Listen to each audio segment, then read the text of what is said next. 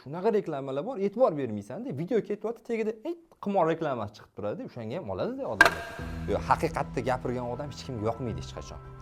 Eng ko'p ustalar yomon ko'rgan odam shu mashinasi haqida bilib qolmasin deydi-da, o'ylaydi. Siz o'sha narsani bildirib qo'ysangiz, mijozga ustalar sizni yomon ko'radi. Bu haqiqatda, chunki tirikchiligini ma'lum bir qismini olib qo'yasiz-da. Olib qo'ymaysiz, ya'ni o'rgatib qo'yasiz-da. Oddiy narsa, uni qarab turishadi-da. Shuni gapirmasaychi degan xayoli bo'ladi-da ustalarda. Ustalarni yomoni yo'q, prosta ustalarni ko'rolmaydigani ko'p-da. Ustalarni yomoni yo'q, prosta ichi qoralari bo'ladi dedi-ku. Bilmayman nimaga bunaqa.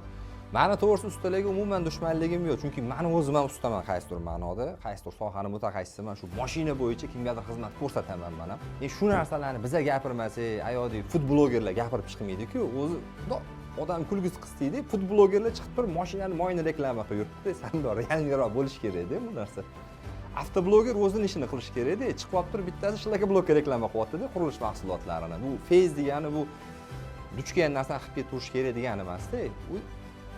Odamlar reklamasi asabi buzilib ketadi. Shunaqa reklamalar bor, e'tibor bermaysan-da. Video ketyapti, tagida qimor reklamasi chiqib turadi. O'shanga ham oladi-da odamlar.